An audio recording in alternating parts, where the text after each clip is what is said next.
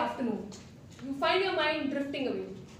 You think about that vacation that you planned with your school friends, but you never took that.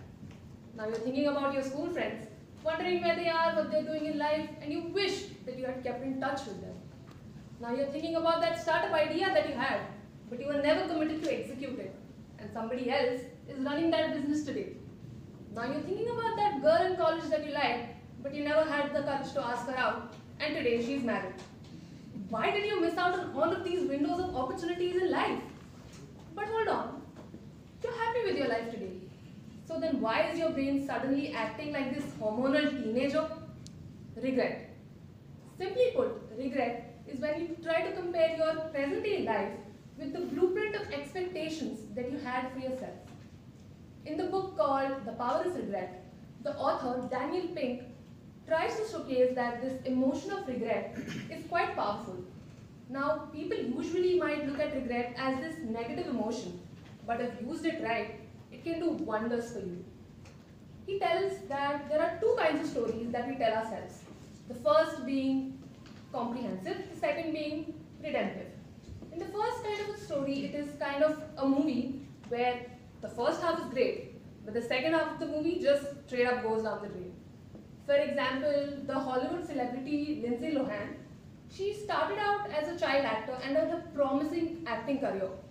But she started acting out with hanging out with the wrong people, doing substance abuse, and her acting career was over.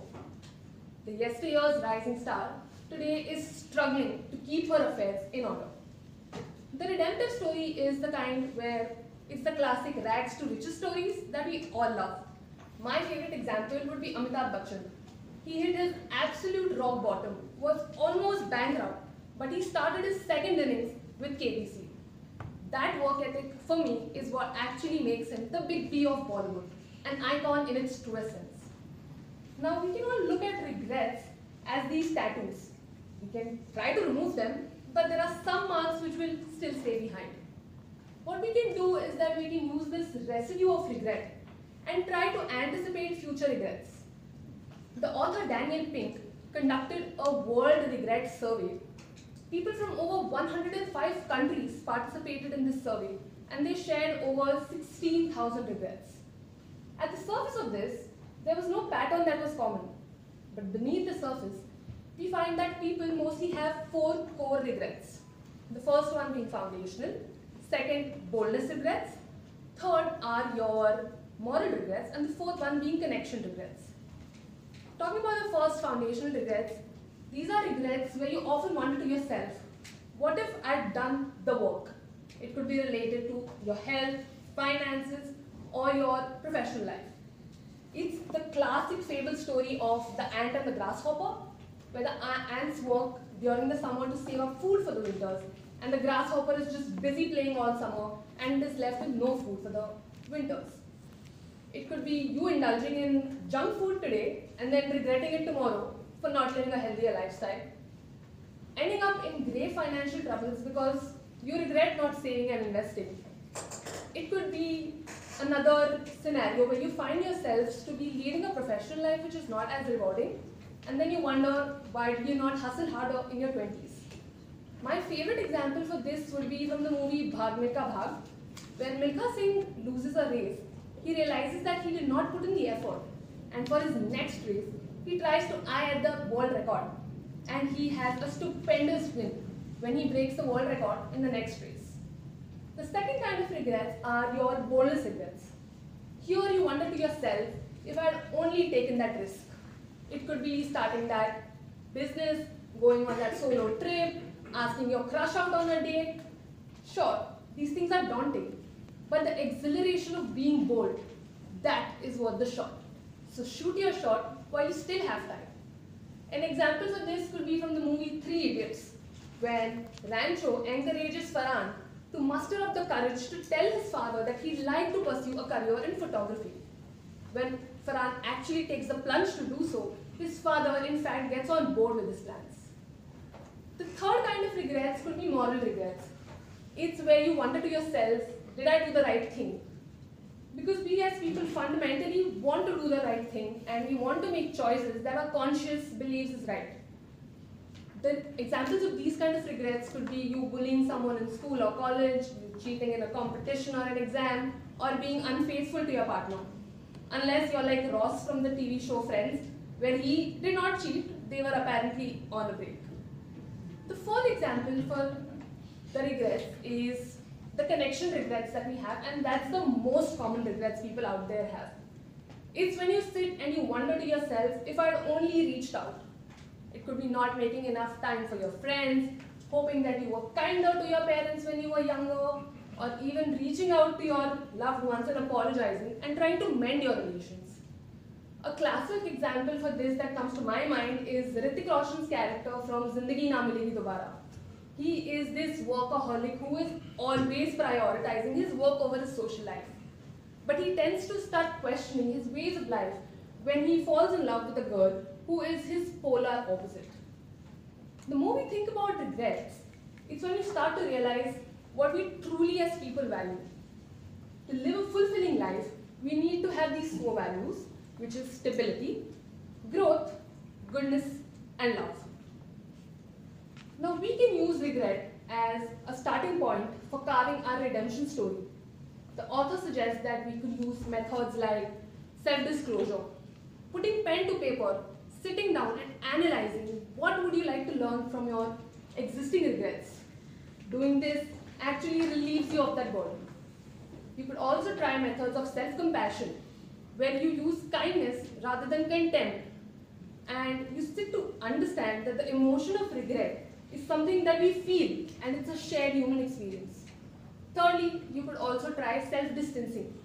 Try to analyze yourself from a third perspective point. The two decision-making methods for this could be first, think what your version would like to be, where it would like to be 5 years down the line, and make the decision accordingly. Secondly, what would you tell your best friend? Because we are all too quick when it comes to giving our advices to others, but let's also have the same faith when it comes to ourselves. Regret, I think, is one of the most neglected emotions, and if done right, it could definitely do wonders and work in our favor. Let me know about the other emotions that you are neglecting and what's your worst regret ever. With that thought, team on, back to you. Good evening once again to all the Toastmasters, future Toastmasters and speakers Shreenidhi. Missed buses, trains, flights and chances are very common in my life's journey. But today, Toastmaster Shreenidhi gave us a message that if you are missing any of these chances, do not regret. Try to learn the skills such that you can overcome them and move forward.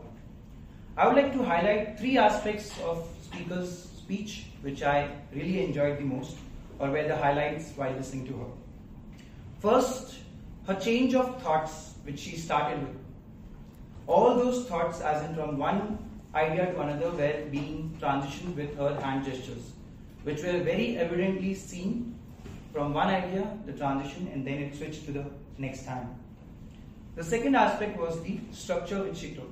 She gave us the idea, as in what were the opportunities which she has missed, from the book which she has read, which is Power of Regret, Daniel Pink, and how it broken down into different parts, wherein the 2 ideologies moving forward into the different, for example, the foundational, boldness, moral and connection. These 4 types of regrets were mentioned. Each of them were supported by examples. The third aspect which I loved was the how examples were narrated. It was sprinkled with rich vocabulary such as rags to riches, shoot your shot, giving you the descriptive idea, as well as the examples were from Bollywood movies. So most of us must have seen these movies and we can easily relate to the content which is being shared by the speaker. So kudos to you on elaborating these 3 aspects which I really loved about your speech. Now let us go ahead and form alliance with the areas of growth in your speech.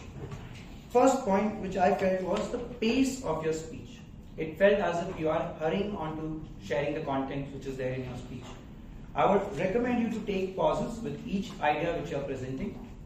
The second aspect would be the voice modulation. You had certain highs and lows, but emphasis on some words, even if you are sharing about the regrets, take a pause, give the emphasis such that we know this is the regret which you are speaking about. Foundational, boldness, moral, connection. The third aspect which I would like you to incorporate next time is, you had a lot of content and a lot of examples. I found that in foundational you gave 2 examples, which was Dan Grasshopper, Bhag Milka Race. Then for boldness you went to 1 example. For moral you again went to 1 example in a generic form, and then connection, which again elaborated with 2 examples. So the symmetry of examples as well as the content got disrupted. So I would encourage you to have those points, each supported by one example, such that we can register them in our mind. Overall, speaker Shreenidhi, you had good stage presence. You used your facial expressions, gestures aptly, as well as the structure of the speech. Incorporating the aspects of pauses, pace, and reducing the examples, I'm sure the next time you would not miss any of your windows of opportunities for public speaking. Good luck to you for your future speeches.